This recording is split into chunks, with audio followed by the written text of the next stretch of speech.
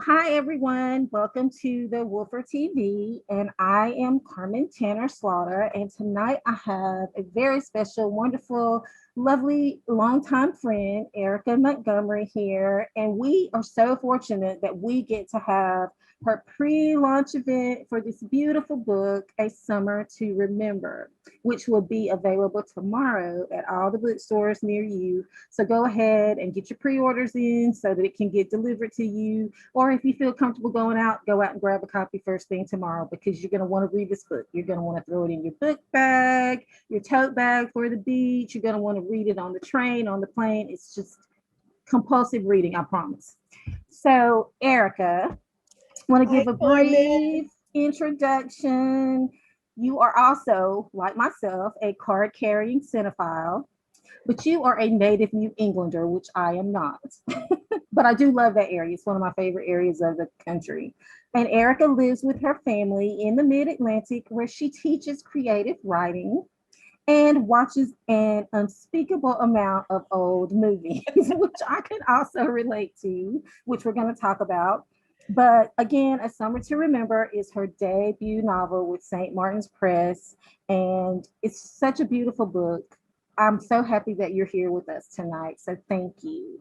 Thank you. It's very, very special. Yes, we, Carmen and I go way back because Yes. and I moved here from Charlotte and got to know a really wonderful group of writers and readers while I lived down there, and that's part of Yeah. really how we connected, and Mm-hmm. I miss you all. I miss that part of the world a lot. So Yes. And we miss you and we all love you. So thank you. yay. We're so happy for you with this. Now, this book it's gotten so much advanced praise from people like Karen White and Meredith Yeager and Christy Woodson Harvey. I'm trying to think of all the other people that gave like blurbs and they're talking it up. And I think that's really important for a debut because when you have that word of mouth from people who are very established in the industry, when people see those blurbs and they look at the cover, they're automatically like, oh, yeah, I definitely got to have that one. So you were really super fortunate to I get was, one. I was, I Yeah. was. I'm so grateful. I mean, you know that it's so much of what I'm always overwhelmed by is just the generosity of other writers, the generosity of readers. The Mm-hmm. bloggers have been incredibly generous and kind, and just the outpouring and the just the love has been overwhelming. And I Yes. and I have to wonder too if maybe we're all just collectively feeling as a result of this year, just we just need Yeah. to connect. We need to Yeah. connect in any I way we can. truly believe that. So why don't you tell the audience a little bit about the book? I'll let you give your little elevator pitch and then we'll dive in. I have some questions and some fun stuff to talk about. Good. Oh, good. So this is really, I always preface this with saying it's my love letter to Hollywood and to the movies. This started as a story about a young woman finding sealed letters. I've always, that was sort of the germ of Mm-hmm. the story originally. But what it evolved into is a young woman who owns Frankie is her name. She owns a Hollywood memorabilia store in Hollywood, and she opened it with her late mother. And she's very recently lost her mother. So the tie to the story is very strong. And then one day she finds, or she is given in a package, a picture of her mother, taken many, many years earlier before she was born, with a very famous Hollywood couple. Yeah. And the picture was taken at a movie festival out on Cape Cod. Now, Frankie has never known who her father is. Her mother never shared that with her. So it sets into motion this possible solving of a mystery that she's held for a long time. Along with this picture are a pair of letters that are sealed, that are addressed to the husband of that Hollywood couple and the couple's son. So she decides she's going to go to Cape Cod, where the estranged son still lives. The husband and wife have passed on, but she goes to Cape Cod at the peak of the festival. So she gets sort of pulled into the festival, but also gets pulled into this wonderful community of friends that loved this Hollywood couple when they relocated there. And then she comes to find out things about her mom, and more so about her mom than even about her dad. So it's along the way, she connects with the estranged son. So there's romance. It's definitely an ensemble piece. It's really focusing on what it means to call a place home, what home is, what family is, the things that bind us, what we do and don't know about our mothers, and what we do and don't know about ourselves. So it's certainly, I like to think of it as a strongly emotional piece, and it came from a place of great emotion, as not surprisingly, I guess a lot of stories do. But that's sort of the, I'm terrible with elevator pitches, Carmen. I mean, It was great.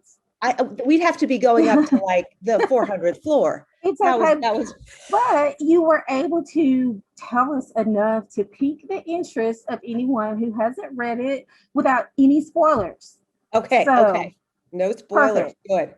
Okay. And really, I was curious because I, if I could be paid to do something, or even if somebody would just fund my travel, I would just travel the film festival circuit year round. Wouldn't you? So, I Would you? mean, because I've been to a few, and I lucked into one a few years ago when my mom and I went to Martha's Vineyard, and they were having and I was like, oh, there's a film festival, which I didn't even plan it when we scheduled the trip. But there's just such a great energy when you go to those festivals. And we just started one here in my hometown, and 2019 was the first year. And then last year we had to go virtual, but we're hoping to do in person this year in the fall. And it's just such a great sort of camaraderie with other movie lovers. We're in our own little world, Yes. and so there's always these conversations to be had. So I loved that you start us out in Hollywood, and that opening scene, which is so great. And then you move us across the country, and we're plunked down into the film festival setting, but it's not too over the top. And I think sometimes when people think about those types of events, they get this sort of, like paparazzi and flashing lights. And of course, there is a degree of that, but it's always so much fun. And you're standing there, and you start talking to someone, and it's like the director, or it's one of the producers, Yes. and you're like, oh, hi, it's great. And I thought that the way you interspersed all of that activity was really great. It didn't pull from the story, it wasn't too much, but it was just enough to make people really feel like they were there. So I appreciate that, because you have that on me. I've actually never been to an official film festival, so I'm appreciative that you say that it was because that, I think that is what can be so hard is for all the research we do, and nowadays there's so you can go on YouTube, and somebody's filmed like themselves walking down the I don't know, Sundance, and they're walking down the side. So you can kind of get a sense of it, but it's still hard, isn't it? Because as you say, it's like there's nothing compares to just like standing next to somebody, just talking. And so do you think they're gonna be able to do the film festival? I didn't know that you guys have a film festival now. Yes, it's the Etowah River Film Festival, and it is. Okay, I'm gonna write that down. I'll send you all the info. Would you? Okay. Yeah. Okay. But again, though, I loved how you did it. And even during the brief scenes that we had in Hollywood, if anybody's ever been to LA and the, Walk of Fame, and you did a great job. Your descriptions are so captivating. And I sometimes think, like, how did she do it? Because it's really simple and very real life.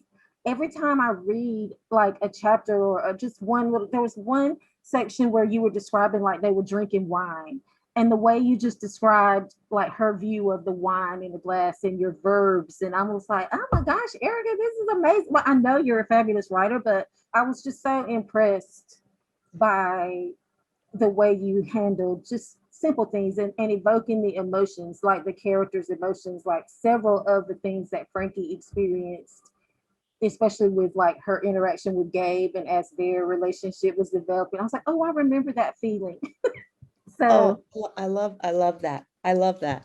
Yeah. I love that. I really appreciate that. I do have a kind of a, it's true. I do particularly like to describe the wine. That I do feel like I have a little of a real world authenticity kind of Yes. thing. But it's just, you don't even think about it when you're drinking it. But that one scene on the, and I was like, oh, yeah. So good job with all of it, but especially those little, the tiny things. That's what I look for. As someone who reads so much, I look probably for different things than some, more casual readers. But those are the things that just make a book for me, in addition to like a beautiful, wonderful plot. But those little teeny tiny things, you make them so special. Well, I So, appreciate that. Thank you, Carmen. so now I have to ask, when you were doing your research, the memorabilia store, had you ever been to one, or did you just sort of make it up in your mind? Because are there even really that many of them still open, or is most of it like online now in auction type settings? A lot of it is online, and that's such a good question. I mean, I think a lot of them are, as you say, they're these mega auctions, and they're online. Um, I think the inspiration for me was I remember as a growing up in Maine, there was like I guess it was like a curio store. It was not specifically Hollywood memorabilia, but there was something to it that I would go in after a music lesson, waiting for my parents to pick me up, and remember those that we could do that once upon a Yeah, time. You I could be know. like, like 12 and just like Exactly. be left to go into a store and Just go look walk at down the the store. street, no Right. worries. Exactly. Yeah.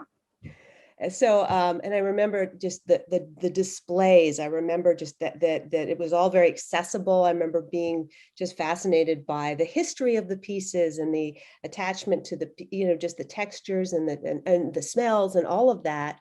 And I really had a very strong emotional connection with that. So I think that was really what I was basing that off of. But you're absolutely right that once I started to do the research and I had built this idea of what I wanted the store to be, I did realize more and more that it would have to be somewhat unique. To your Mhm. point, that those stores, certainly this idea of a store where patrons can touch these things and Mhm. these collectibles, usually that's frowned upon in itself. But just this idea of a store, an actual storefront versus something, all of that seemed to be online. Yeah. So I think that really played in, it ended up playing into the plot, and that's another reason that Frankie has to really question whether she's going to move forward or not now that her mother is gone with it in the format that it is now. Mhm. I love the little auction scene and the and the conversation between the other sellers, and it was cute. It was very funny. So I kind of was like, I wish I could go to that store, especially with the fact that people can, the things are not behind glass, and I could see it. It was very vivid. I could just see the displays and the jar of the ticket stubs, and it was great. So I didn't know if that was like a place you had been, or you just sort of embellished it.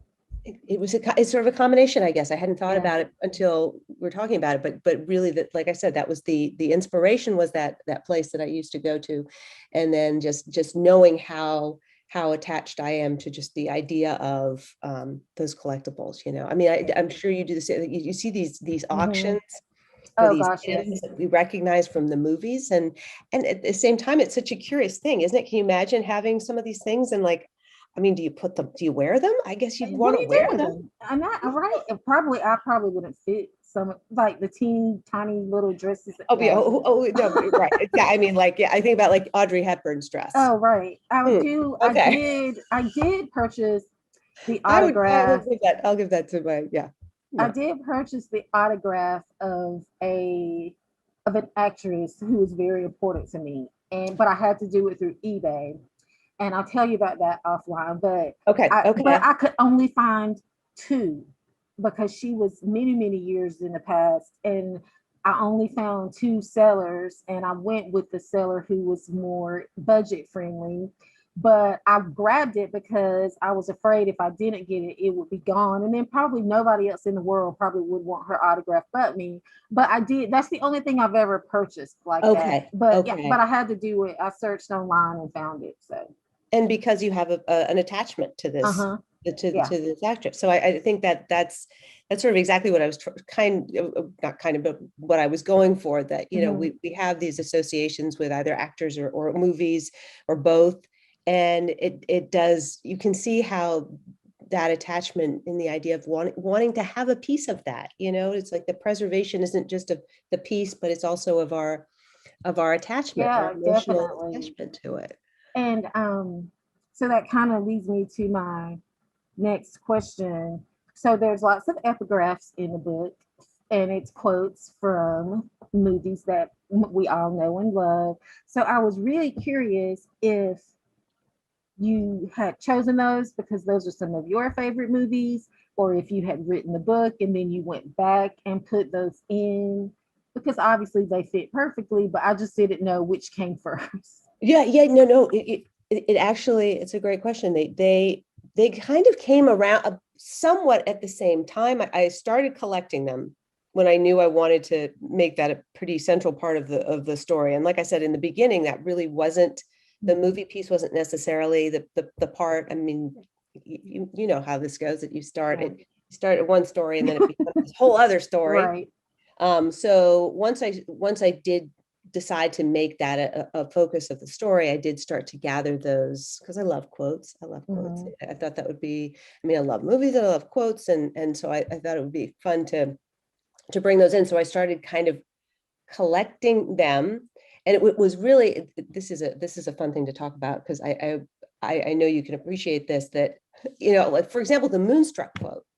Yes. I had, you know, I think we all do this. We all quote our favorite quotes from movies, our favorite Yeah. lines, and we start doing it over and over for years. So I just sort of like, you know, boldly just wrote it down, and I was like, oh no, that's fine. And of course, you know, the rightly so, the copy editor was like, huh, I don't think that's actually that's not what it What is. it mean? You know? Yeah. And yeah, and of course now we Yeah. can go to like YouTube and you find the snippet and you're like, Mm-hmm. slow it down and replay it, and sure enough, it's not. So that was in itself kind of a fun exercise, like, you know, It's how we not remember. exactly the way you remember it, like Yeah, the phrasing, and you're like, oh, is that yeah, what they said? yeah. Are Something you else. Yeah. sure? Why do you remember it? Yeah, Yeah. so that was, but yeah, to answer your question, they sort of, I did a chunk of them at once, and then and I didn't really have enough. So then as the story started building, I was able to kind of find ones that suited the tone of that chapter, or the, you know, that part of the story better. Mm-hmm. Yeah. And the and I love, the way we were, especially in like love story, and I won't give away all the ones, but all the quotes I was like, yeah, yeah, yeah, oh yeah, yeah, yeah. So all those movies are all movies that I love as well. So it was fun seeing what movie might come next to kind of carry the plot along. But it was great. It was really great. So the characters, I just am smitten by Maeve, and I'm like, can we have another book just about her? She took off in this story. She's just, you know, she definitely had her own path. And Yeah. I was not expecting that when I started, but I love that you loved her, because I think Yes. she's a wonderful character. She's great, and I love that we sort of have a little dual romantic element with Frankie and Gabe, and then you have the sort of senior romance with Russ and Lou, and it was just so sweet because you're rooting for everybody and seeing, especially with the older couple and with the flashback scenes and seeing how their relationship sort of had the peaks and the valleys, and you wonder what's going to happen. So even that was like a little offshoot mystery beyond the big mystery in the book. And I thought that was just a lovely way of using an ensemble cast, but very strong. It was sort of like a movie itself, how you have these movies with this amazing ensemble cast where you kind of have to pick a protagonist and an antagonist, but the supporting characters are so strong that you don't really they don't one doesn't really stand out that much more than the other, even though they may get, the title, billing but higher than someone else. But it everybody was just so well drawn out, like so Mhm. fully fleshed out that they just had their little place. And I didn't feel that they overpowered each other, but it was just sort of seamless storytelling with all of the characters. Thank you. And as again, you know so well, it's such a that layering process. It takes time, doesn't it? It takes drafts, and Mhm. it takes that process of I'm not somebody who can do that out of the gate in the first draft. I can't. I have to sort of see it in over time, but it takes that. You're right, to really connect with characters. How long did it take from idea to page edits? I won't even say publication, but just that time span. It was this was a this was it was long. It was long, and it seemed long to me.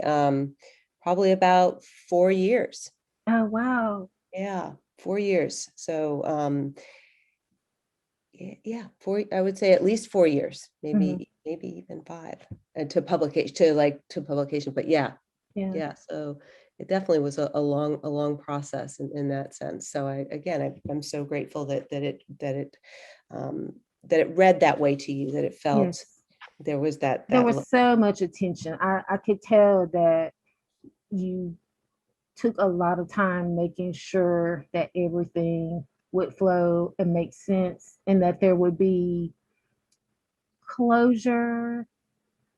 But I mean, there's still some questions, but they're like real life, the way real life is. We can't know the end of our story can't. um, until Yeah. we get to the end of our story. But I love the way you handled it, because there's no cliffhangers, but it just keeps you so focused on these people, and you're rooting for them, even with Glory and Mitch, even though they're already deceased when the book starts. But you're so invested in them, and I honestly didn't think I was going to be able to like Mitch, but you made me like him before the book ended. So kudos. He's not an easy guy to like, and so I get that completely, right? Yeah, you did. I mean, because I was like, I don't like Mitch. I'm like, I don't like you, Yeah. buddy. Oh yeah. But then as we're getting towards the end, I'm like, oh, Mitch. you know.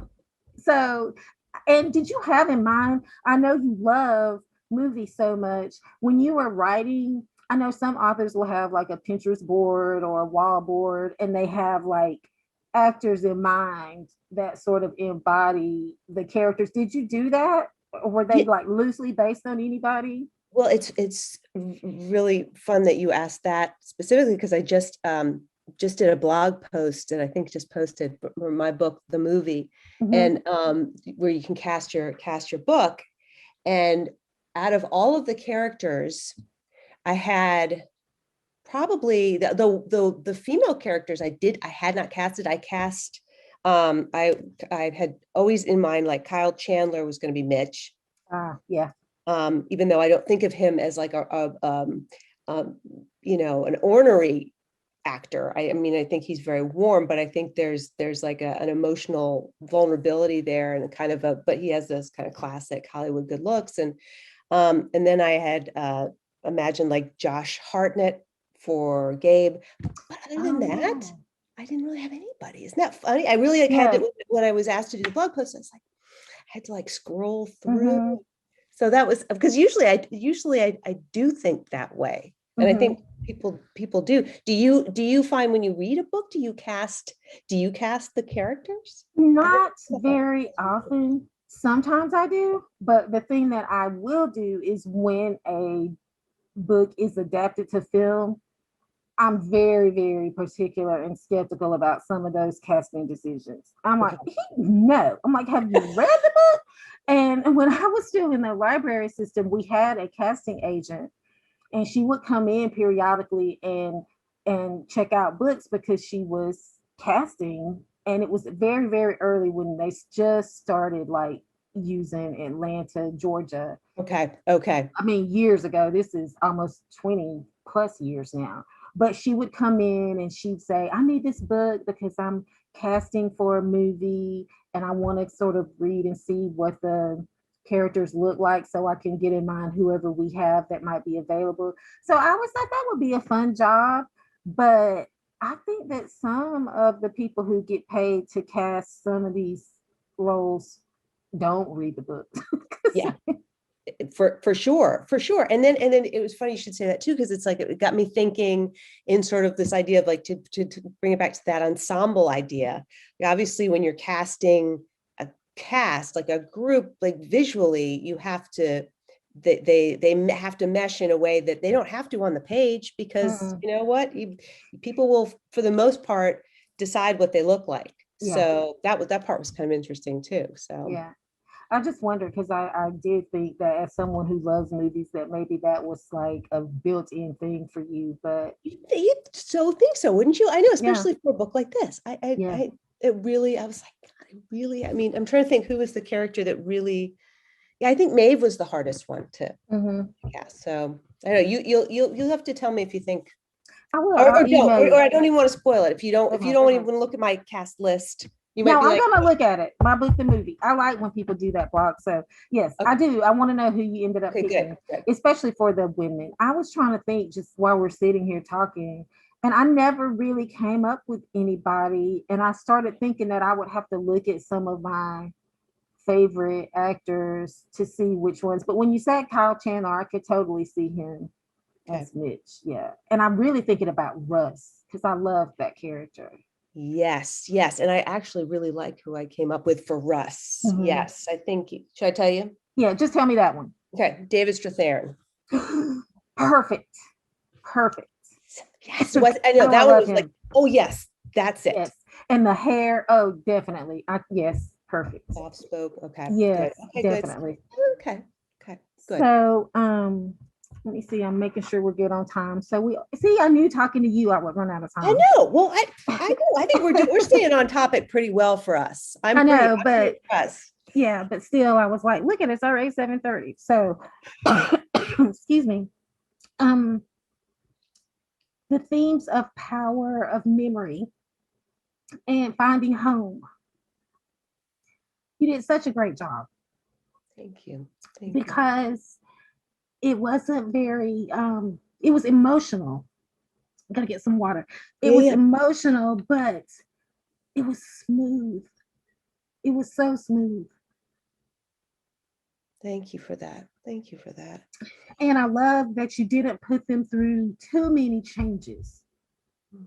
You put them through like real world changes, but it wasn't a situation where we were like wondering if somebody was going to go off the deep end Come back. and do something drastic, you know. But so I love that it was all a very tidy package. And then before we go, I wanted to ask you because I know you teach creative writing, and we have a lot of writers in the Wolfer community. We have a lot of writers who watch these interviews. So, if you have one or two pieces of advice for an aspiring writer or someone who's already been published and they're still struggling to kind of figure out what to do next, or just something to sort of give people a little inspiration, because I know that you are very well versed in how the industry works and as a teacher of creative writing as well. So, And it's been so interesting in teaching, in sort of like, I'm talking to friends about this who write and teach, that, there's so many things we do as writers that we don't ever have to articulate. It's just like, well, that's just how we do it. But then it's like you teach and you realize you need to articulate it to your students. So I think one of the things I always keep coming back to for the students is that there is no right or wrong process. And I think as a writer, your process is evolving. And I think until you figure out what works for you, like one of the things that I always get frustrated by is I feel like every time I do a subsequent manuscript or a draft, it takes me longer to do it. Mhm. And it feels like it should take less time. One would think I'd be more efficient. I keep using that word as if that has any logic. And the kids in my class will get very frustrated with that. And I will keep coming back to that idea that just really settle into this idea that your process is what it is. And there's no one way to do it, but you figure out what that is. If it means you draft 50 drafts, if it means you rework the first 10 pages for 2 months. Mhm. I would definitely, another tip I would say is that know when a project has run its course, whether it is Yeah. something that you're necessarily trying to get published, and it's just not going where you want it to go. I think there's also something to be said for just putting it away and starting something else. And that can be, Mhm. I know, I get it. That's Mhm. really, really hard to do.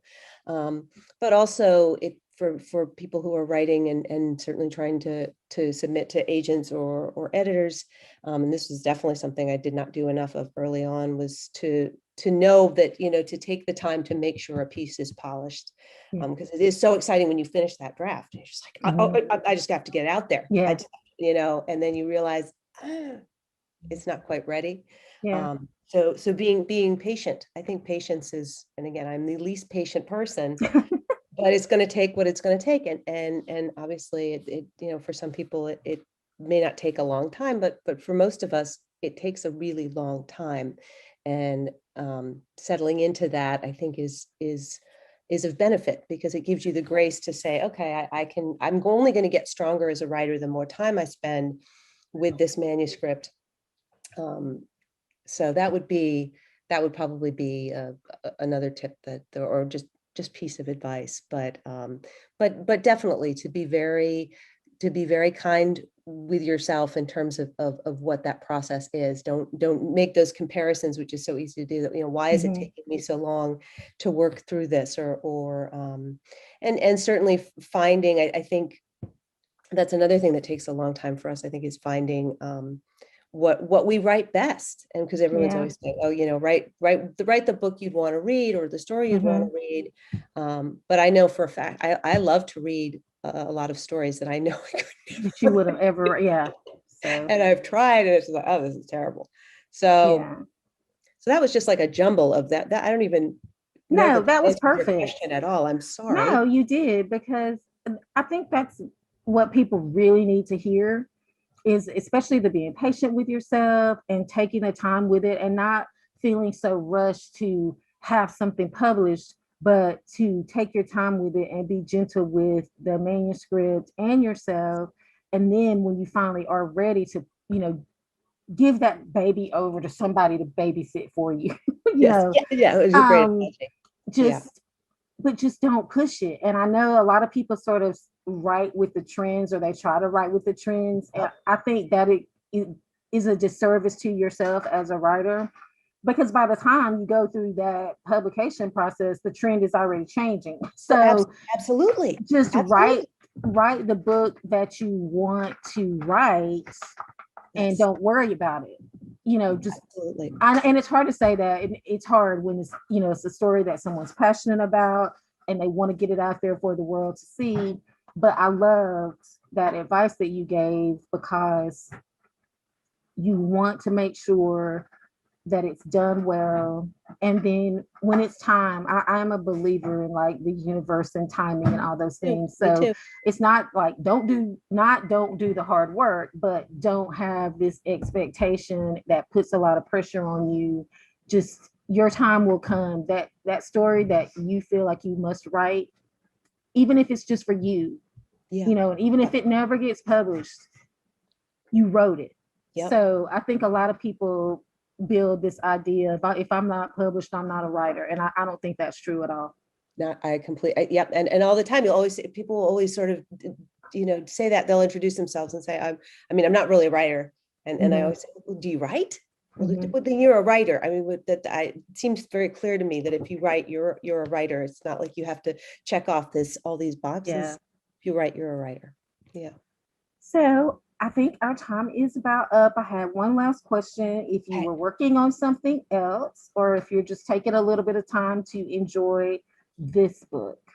This book, this and my beach. Yes, You and haven't I even love your said that. background, by the way. It's like the endless summer 365. I love your newsletter, the 365 beach. Oh, thank you so Yes, much. I that's know, right? perfect. If we could just be at the beach in our minds all the time. This is as Yes, close as I'm going to get to the beach but anytime it's soon. very But lovely and it's thank very you. soothing. So, but Thank are you. you working on something else? I am. I turned in a first draft of a new book, which is not surprisingly also set at this one is actually set on Martha's Vineyard. So when you were speaking about Martha's Vineyard, I was like, this one is it, and it's a dual time period, and the setting is one of those wonderful older estates that comes up for, or not really for sale, but it's a sort of a family summer home, and it draws family back together to uncover mysteries and face some hard truths about their past. So Well, that's some Carmen there's bait a right there. lot of romance though. This one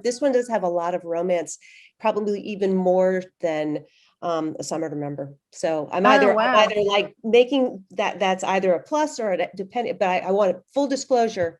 Yeah. There's more romance in this. Well, I love the romance and I love the setting and I like the, family saga and the trying to uncover secrets. So that sounds right up my alley. So I'm looking forward to that one. And again, everyone, A Summer to Remember will be out tomorrow. And it is just such a delightful read. I think a lot of people are going to be talking about it in the next few weeks. And I've already signed up for some of your other virtual events, so I can just sit back and be an audience member and hear some other topics of discussion that I'm sure are going to come up while you're on this book tour. But thank you so much, and I'm so happy. And again, cheers. Oh, dear, yes. Thank you so. Oh, well, I'm drinking, and there we go. There it is. There's the water. I'm gonna move to that. You've inspired me. I'm honored. All right. All right. It is so wonderful to see you. I know. I'm so happy. I miss you too. And I'm so glad we got to do this. And thank you, everybody. Have a good night. Thank you for having me. Of so course. much. Yes. Okay. All right.